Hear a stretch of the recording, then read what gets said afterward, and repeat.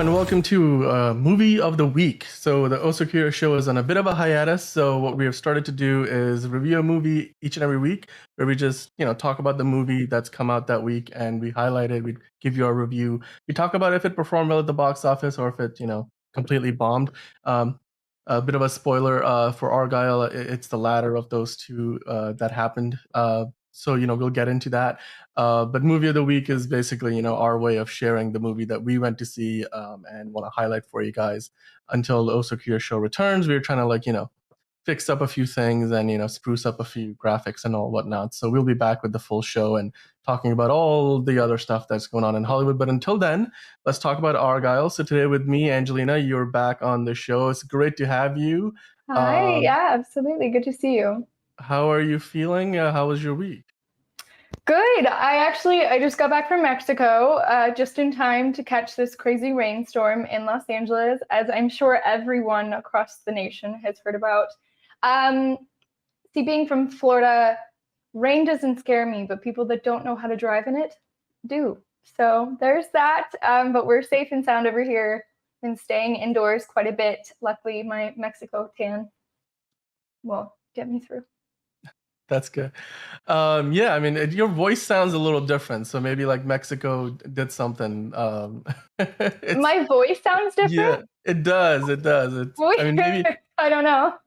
I don't know. Maybe it's just my headset. I don't know. But anyway, I was like, hopefully it's a good different, everybody. Does my voice sound like that much more California now? Is that what happened? Maybe, yeah, maybe it could be that. But yeah, good point about the rain. Yeah, it's like it's one thing to have a lot of rain. I mean, driving through the rain, especially if it's like coming like if it's pouring, it could be like more painful than driving in the snow. But anyway, what was painful was the box office numbers that Argyle put up this past weekend. Yeah. We can just kind of quickly start there because Rotten Tomatoes, Variety, like everywhere I looked, like we can go to the Variety article for a second. They mentioned that the movie only pulled in $18 million. And before we started, you were talking about how this is becoming a pattern for Apple movies they're spending like 200 million plus on each of these movies. They're spending like 200 millions to make the movie. And then I bet you they're probably spending another 100 million at marketing it. And, they're not the ones releasing it. They're releasing it through other studios. I believe Argyle was released through Universal Pictures. I think like their previous one, Napoleon, was through Sony, and then Paramount released Killers of the Flower Moon. But all three of those movies, they were all made for like $200 million, but all three of them didn't even get close to making that money back. So just right off the bat, like what are your thoughts about the fact that now we're 3 movies into this new strategy that Apple has got? They're obviously willing to splash the cash, but it doesn't seem to be resulting in any kind of like revenue, at least, or any kind of profit. Revenue is there, but like it's not making up for the amount they're investing. So everything is in the red. Yeah, and it's so sad too, because I would like to say almost all of these recent Apple movies to take theaters have been really quality movies. And I actually really liked Argyle, which, coming from me, it's like at this point, I feel like I'm a fairly tough critic, but I walk into every movie and just try not to expect anything. I think that is the biggest sort of caveat when you watch so many movies. You have to really not expect anything. You can't listen to any of the hype. You just have to go in and watch it for what that movie is. And Argyle, to me, was probably one of the most fun, stupid, hilarious action movies that I've seen in a long time. Put Jason Statham down to shame. We even got Samuel Jackson, as you can see. We have Henry Cavill, one of my favorites, with the most ridiculous haircut I swear to God I've ever seen in my life. And even Dua Lipa, I didn't think she was that bad. I was scared she was going to be awful, but she was funny. Bryce Dallas Howard had some cringy acting moments for sure, but I think that was so beyond intentional. So I don't know. I thought it was just like a fun ride, and the cat just added to it. The amount of times that cat came out of nowhere and just added the perfect amount of humor, I love. Yeah, it's in the trailers too, like the cat. That's several moments with the cat, and I think those were some of the most enjoyable parts of the trailer. I was like ridiculously excited to go see this movie, but I haven't had the chance to go see it yet.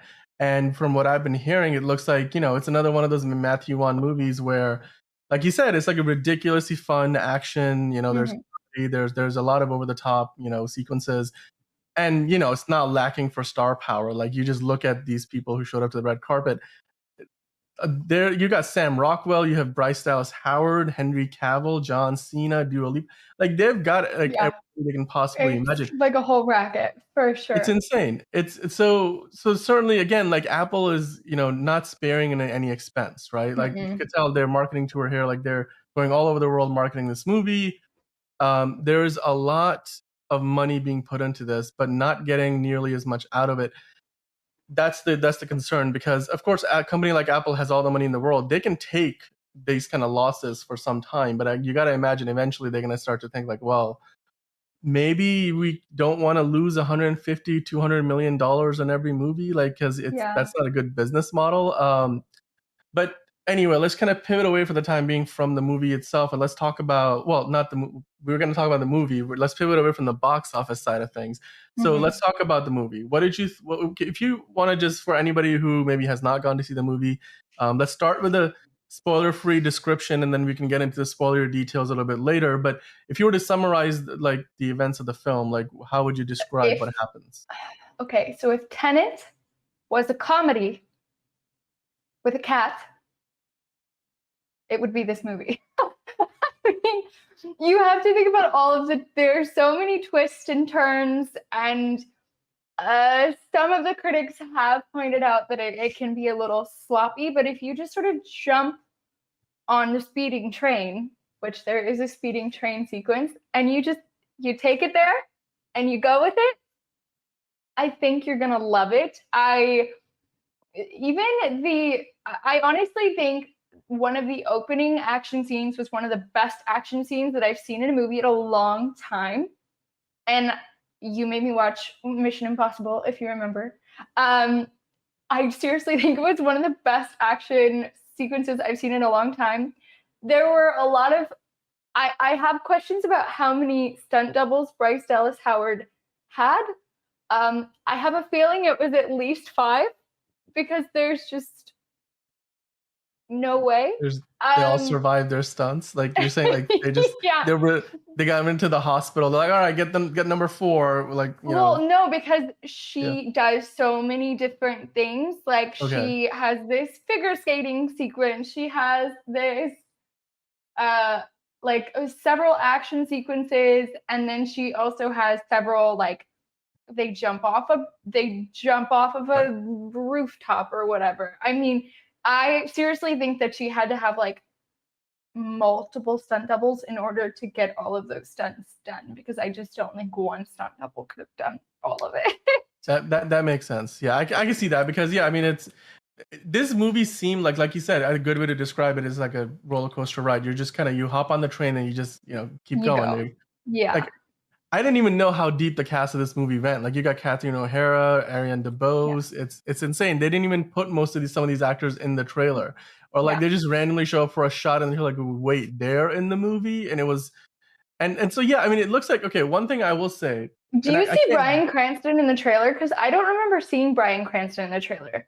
I feel like he was one of those actors who had like maybe a single shot, and you were like, oh wait, he's in this movie, and then you just He's kind of like actually in a move past huge part of the movie. And when he entered in, I was just like, it. I love Bryan Cranston. I think he's incredible. Yeah. So yeah, I don't quite understand all of the flack, because when I tell you I busted out laughing at certain sequences, like hilarious. It's stupid hilarious, but it's hilarious. Um, and I just you know, I don't know what people were expecting. Like, this is the director of Kick-Ass. It's very much that kind of humor. It's very in line with like typical Michael Vaughn stuff. Like, that's just Matthew Matthew Vaughn. Vaughn. Sorry. I mean, hey, New Year, same Angelina. But it's really in line with like all of the rest of his movies. And it's hilarious. You know what I mean? It's just like, it's good. And I really also, in that fight scene, I think the initial fight scene that I was referring to what made it so incredible also was the how they shot it.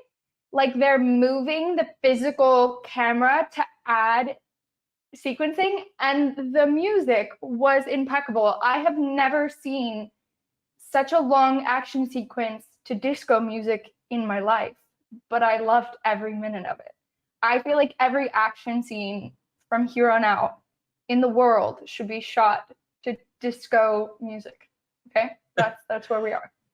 Well, that's the Matthew Vaughn effect, right? Like he has a way with, action sequences, the way he shoots them, the camera's always dynamic, it's moving around.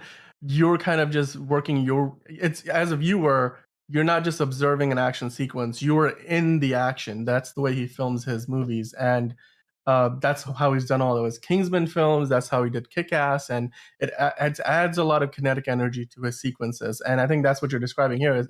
It sounds fantastic. It sounds like a fun time at the movies. And when you've got yeah. So I will say the biggest takeaways, it's a little long and there are many twists. Okay. Like I would say maybe one too many twists.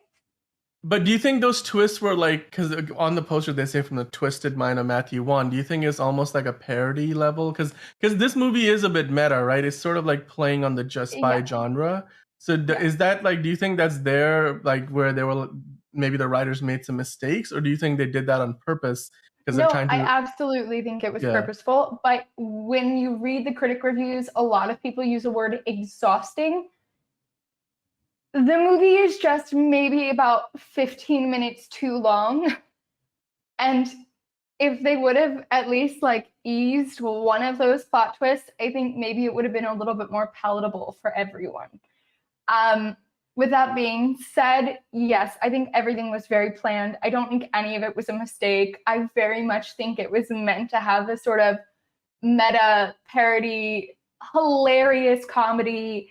You just truly like a speeding train. You just have to get on and go with it. And I think that was absolutely the point.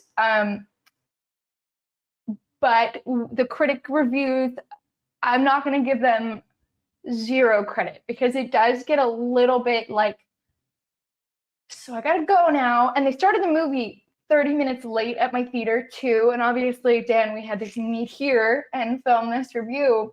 But they started the movie 30 minutes late. And then I walk in and I'm like, waiting. And I love the overall just really great time at the movie theater. I don't think I've had a better time at the movie theater in a long time. Just the last like 15 minutes of it, I was like, wow, I really have to pee. And this movie feels longer than it should be. And that might have been the movie theater's fault because they started it so late. And it might have just been, it was a long movie. It felt a little too long for what it was.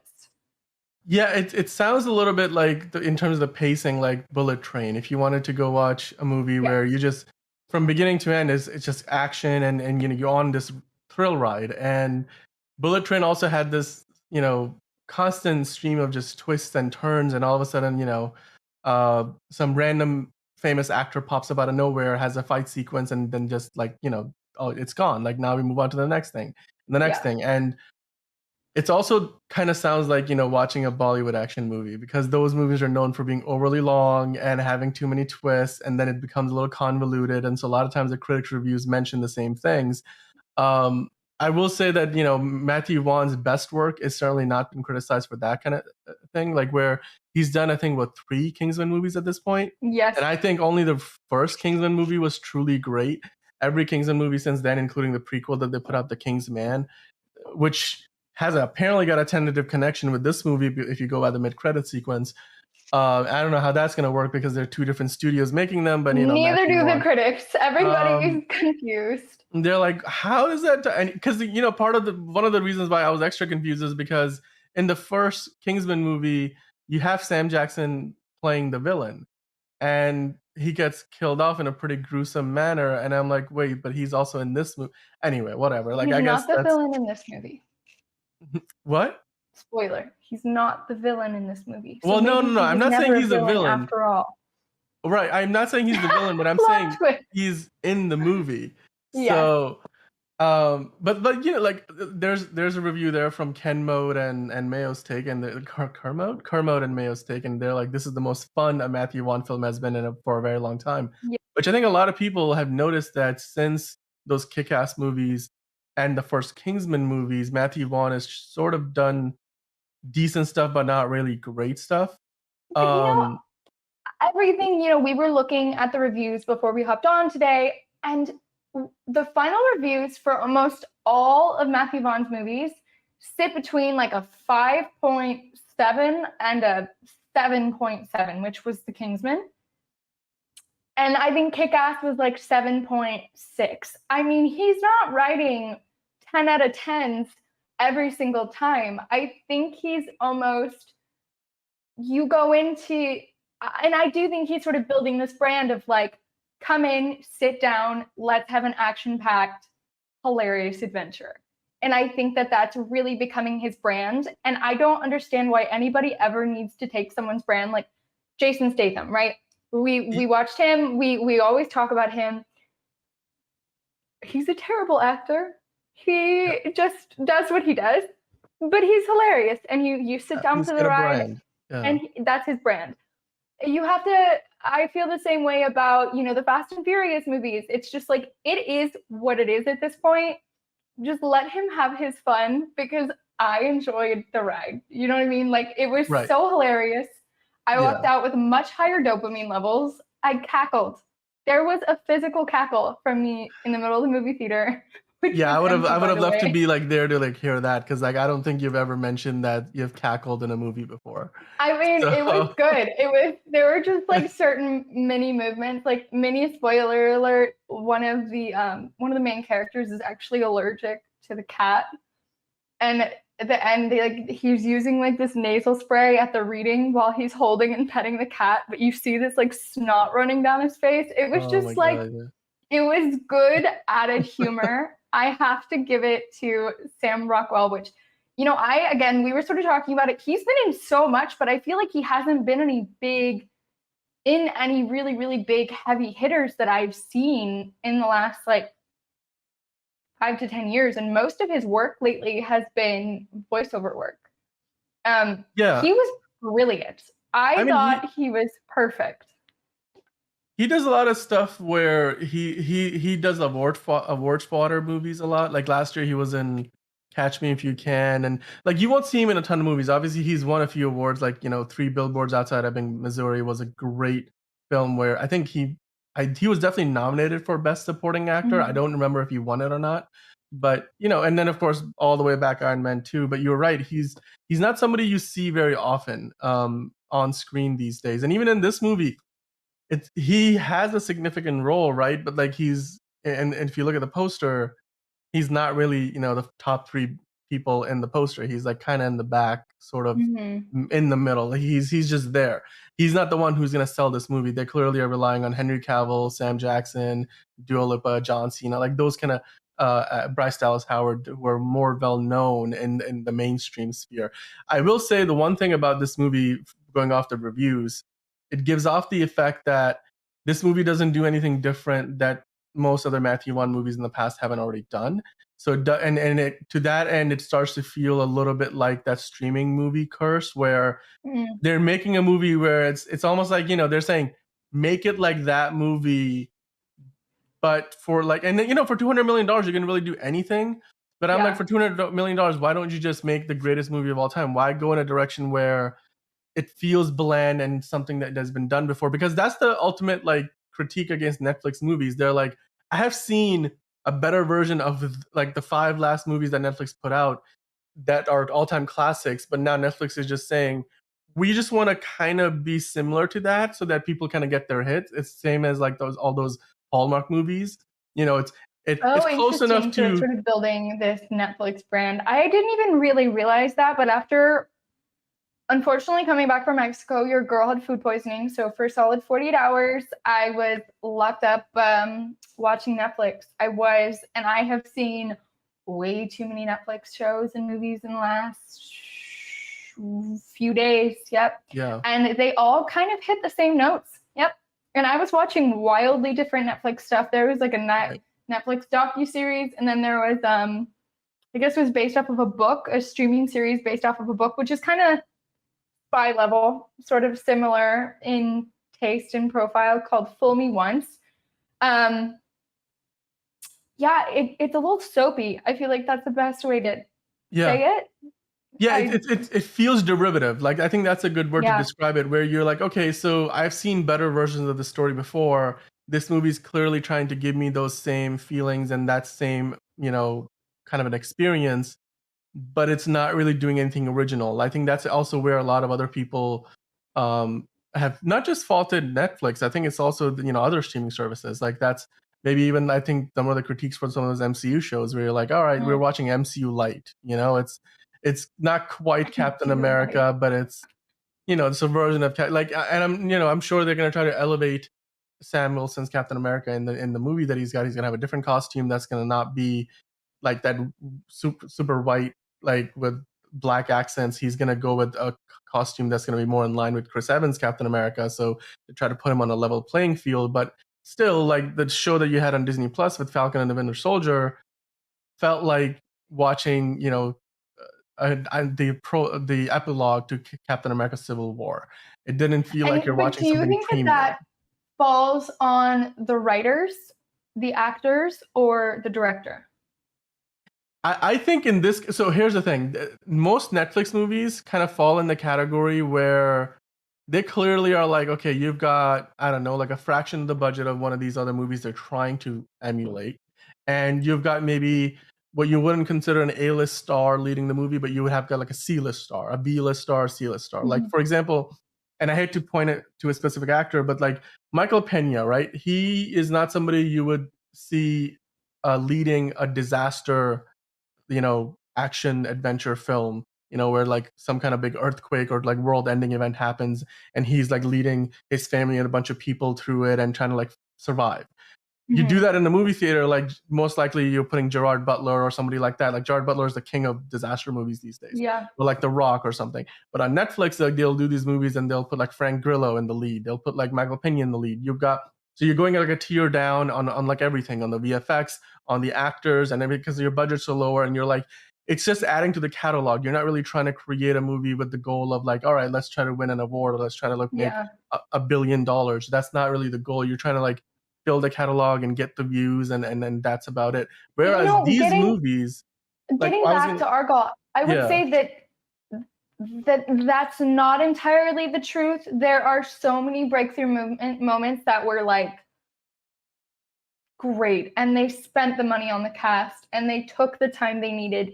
I mean, how many movies have I said recently that movie needed 15 more minutes? It needed 15 more minutes to wrap it up, to make it make more sense. This movie gave it the 15 minutes, maybe an extra 15 minutes that we didn't need. Right. But, the money was there, the cast was there, the writing to me was where this got like a little bit too cheesy. Like there's one specific fight scene, and I haven't seen anybody talk about it yet. It was too much. It was like, why is she actually dancing while she's throwing grenades? Like she's actually dancing. She just did a little passe. She for sure did. I was like, those things didn't need to be there. And I think my only big caveat with this movie is I would have preferred to see Jessica Chastain in it, which is terrible because I know they get compared all of the time. Yeah. But I love Jessica Chastain so much more, and I feel like she could have brought like a level of sexy nuance that Bryce Dallas Howard could not. And that makes I feel so bad because it was just, there are certain moments that she was just too cheesy, and I'm like, I actually needed you to be hot for like 5 seconds to make this kind of believable. That I feel like that's probably my biggest thing. So going back to your point, I understand what you're saying, but I do not think that this movie fell into that trap in the same way that others do. Like overall, I thought it was funny. And also you can't have it both ways. You can't say, oh, this movie has so many different plot twists, and then say, oh, well, it's unoriginal. Like, it can't be both. You know what I mean? Yeah. Well, I mean, I think you can like what they're I can kind of understand where that critique comes from, because what they're saying is like we've seen all these genre conventions be used before. So you're kind of getting it's almost as if you go to an ice cream shop and you buy like two different versions of ice cream, and then they both have strawberry in them, and you're like, it kind of feels the same, it's just slightly different. Yeah, I mean, that's maybe not the best analogy, but I'm just trying to it's a movie that it has a lot of endless twists and turns, and you've got like all this all-star cast members. Like, for example, Netflix did Red Notice, right, with The Rock, Ryan Reynolds, Gal Gadot. The movie apparently broke all kinds of viewership records. They didn't really release it in movie theater, but and it performed really well on Netflix. But it wasn't anything that really stood out from any other action movie that we have seen in recent times.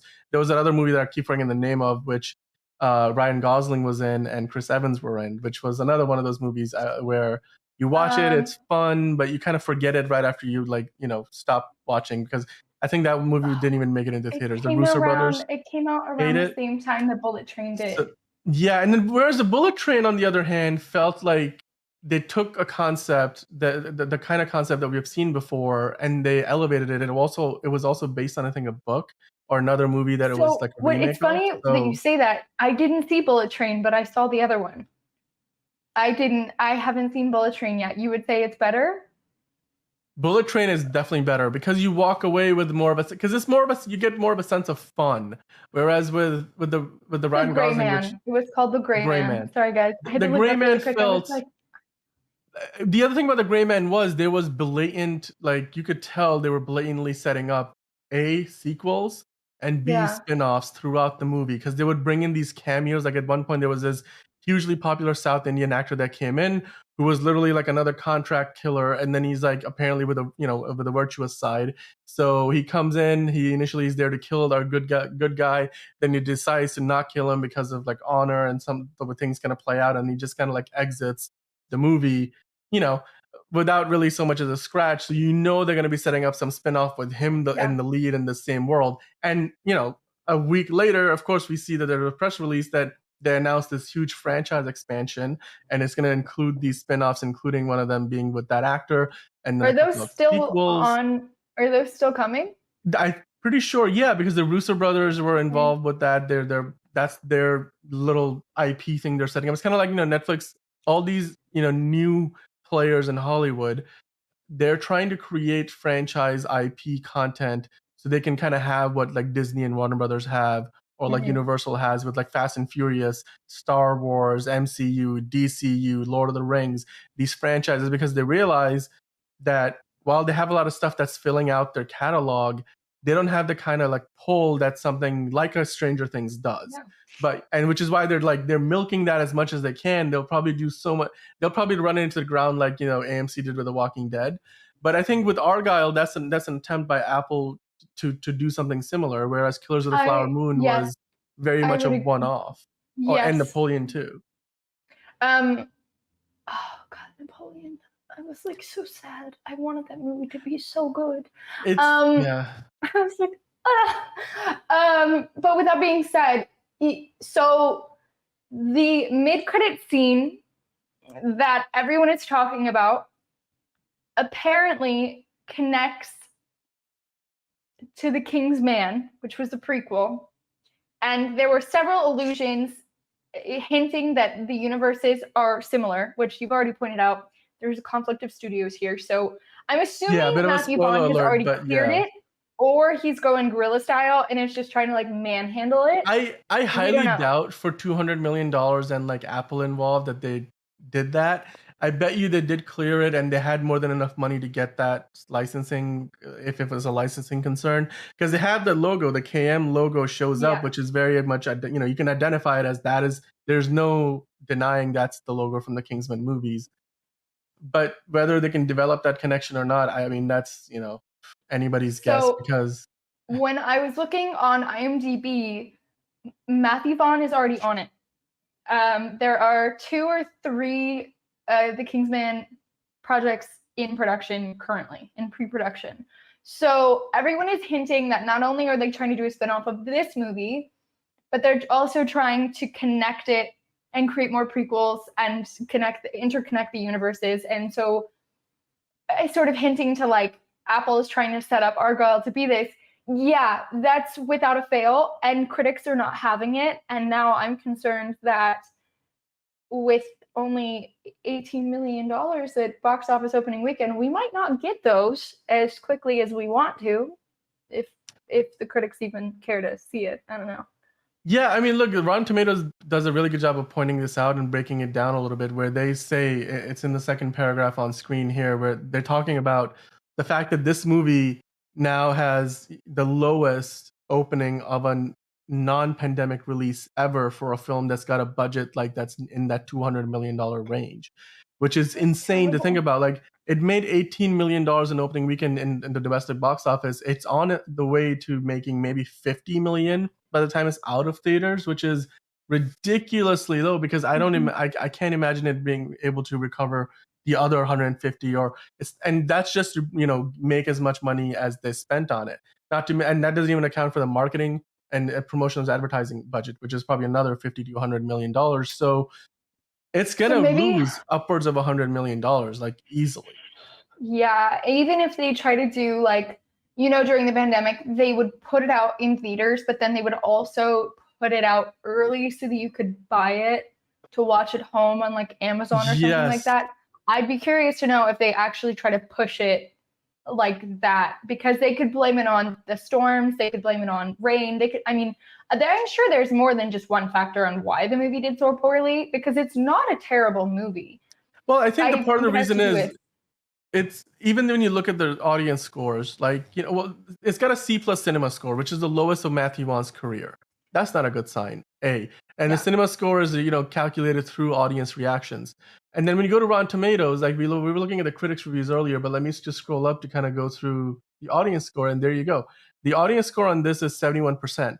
71% of just 500 plus verified ratings. I mean, A, that number should be higher. A lot of the big movies usually have thousands of reviews, but it takes time. Given that it only made 18 million in this opening weekend, you can imagine not many people went to see it, and not very many of them were like verified, you know, through Fandango or whichever ticketing service they use to be able to submit a review on Rotten Tomatoes.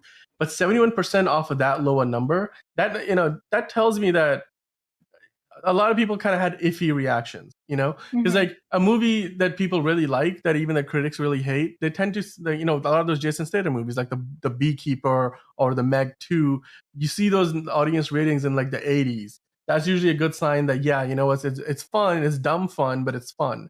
Whereas this movie, it feels like a lot of people had meh kind of a reaction to it, where some people clearly loved it, but maybe not everybody. People had really, really, really, really high expectations walking into this movie based off of the cast, which I think actually might have hurt them most overall. I mean, and the other thing about this movie, okay, so I understand that Apple made the decisions to release Napoleon and Killers of the Flower Moon when they did, because they were like Oscar baity films, and they came out at a time when a lot of those kind of movies are coming out. They still didn't make nearly the amount of money back that they should have, but I think part of that, you can say, neither Napoleon, Killers of the Flower Moon, no other studio would have given them $200 million to make it. They would have given them maybe close to half the budget, at which point it would have been a viable movie for a studio trying to recoup, you know, their investment, whereas Apple's probably willing to lose it and say, all right, it's Martin Scorsese's vision, and now that movie's going to live on Apple TV forever. You know, you got a movie with Joaquin Phoenix in it, like now that's going to be on our streaming service.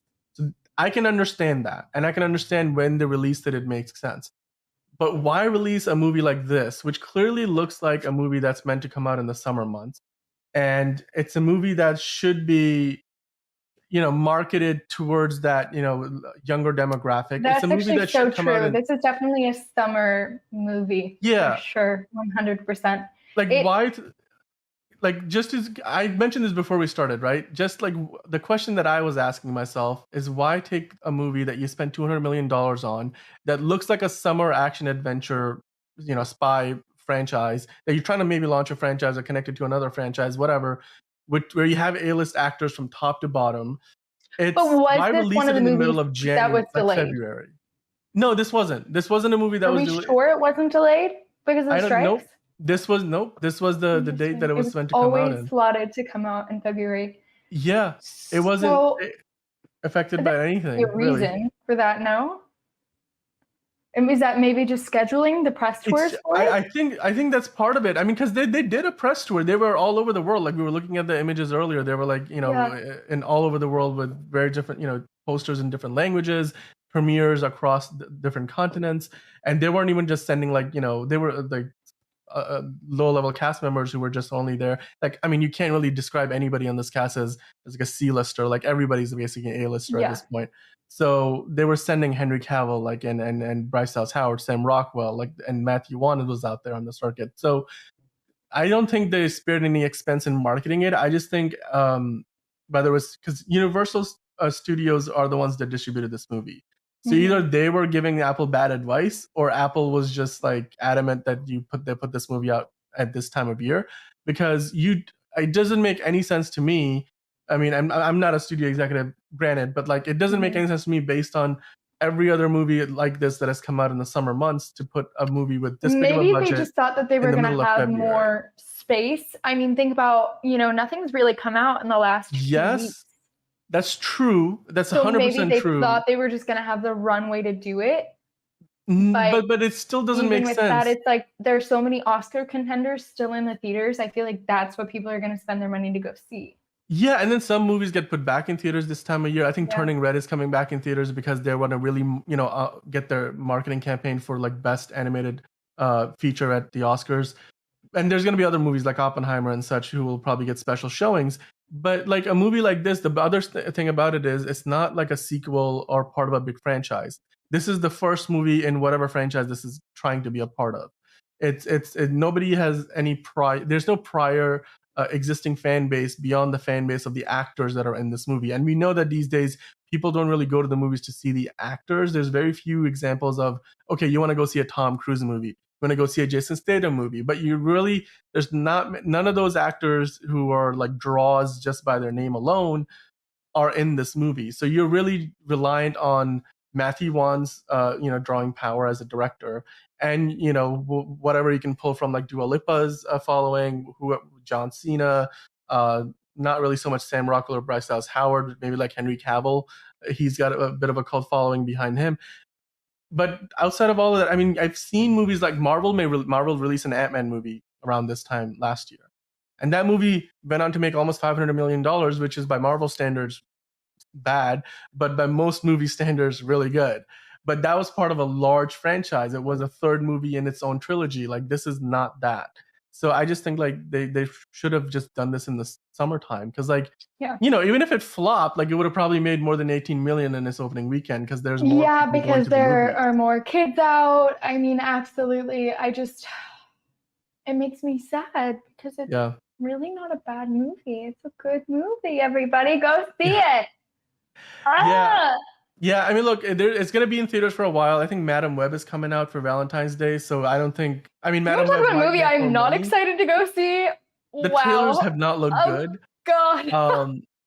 I mean, I think didn't like what's her name? Why am I forgetting the name of the lead actress? Dakota Johnson. Dakota Johnson.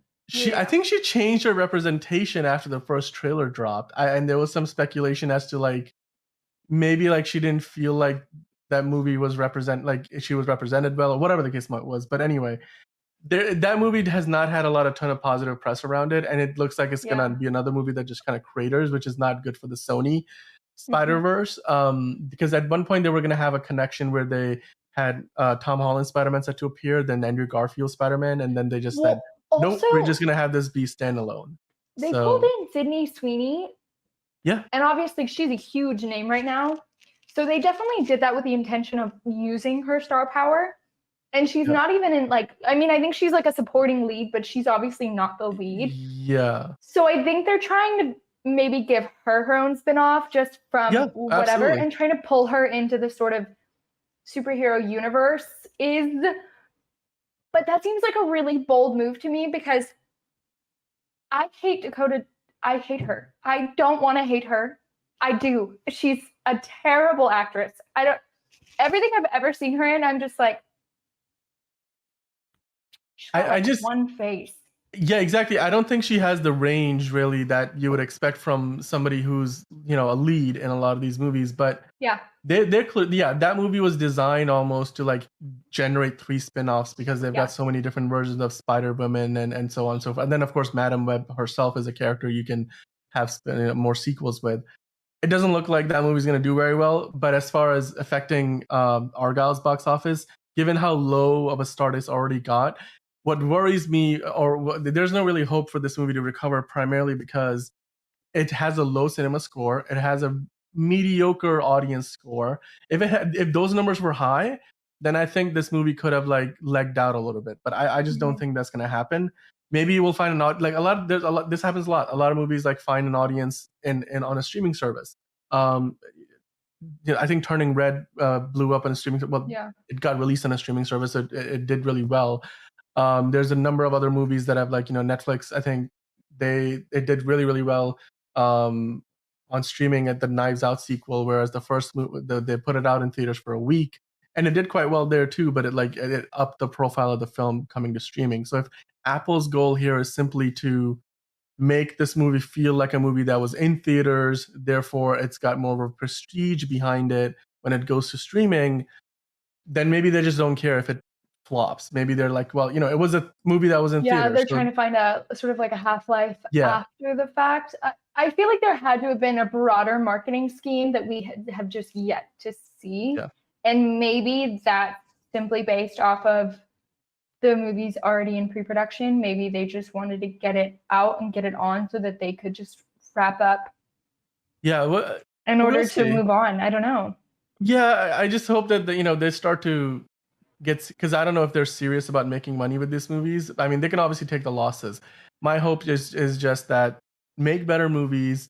They will make more money for you, and hopefully like you're not, because you can take losses but only to a certain extent. Yeah. Even Apple will like get to a point where they're like, all right, we blew $20 billion over the course of the last 22 years on these movies, and they'll just release a new iPhone, money. Everybody, it's gonna be fine. Yeah. Well, yeah, but everybody has I just think like eventually even Apple will be like fiscally responsible. So like hopefully the goal is, I mean, I'm sure nobody sets out to make a bad movie. So I think for everybody involved in this project, including Matthew Vaughn, the talent in front and behind the camera, top class, some of the best in Hollywood. Maybe Apple will give them another chance to go at it, and maybe we get a sequel that is everything that this movie was supposed to be. So guys, let us know in the comments what you think about Argylle. Did you enjoy it? Are you looking forward to seeing it? If you haven't seen it already, did our review convince you in either direction? And are you just gonna wait for it to come out on Apple TV Plus, like you did maybe for Killers of the Flower Moon and Napoleon? Let us know in the comments, and of course, like and subscribe. We'll be doing these movie of the week reviews on weeks when the Also Curious show is not live. Certainly, that's the case now. And then, even in the future, if like we don't have a full episode available, we'll just review a movie and we'll call it movie of the week. That's our way of kind of branding that. So let us know in the comments if you like the concept, and if so, then we'll be doing more of these, probably Madam Web next week, and then we'll take it from there. So join us back here next week, and then in the meantime, we'll be doing DCU Daily. So that's of course Monday through Friday. We've been doing that a lot recently, and we've got a bunch of other new exciting projects coming out later this year. So Angelina, I'll see you next time on Movie of the Week. Also Curious. Until then, guys, have a great rest of your week. Go out and check out Argylle if you haven't, and let us know what you think about it. Yes, please do. Dan, you too. Yes, I'm gonna check it. I have this morbid curiosity about it at this point. So I'm gonna go. I love it. Yeah. All right, bye guys. Thanks so much.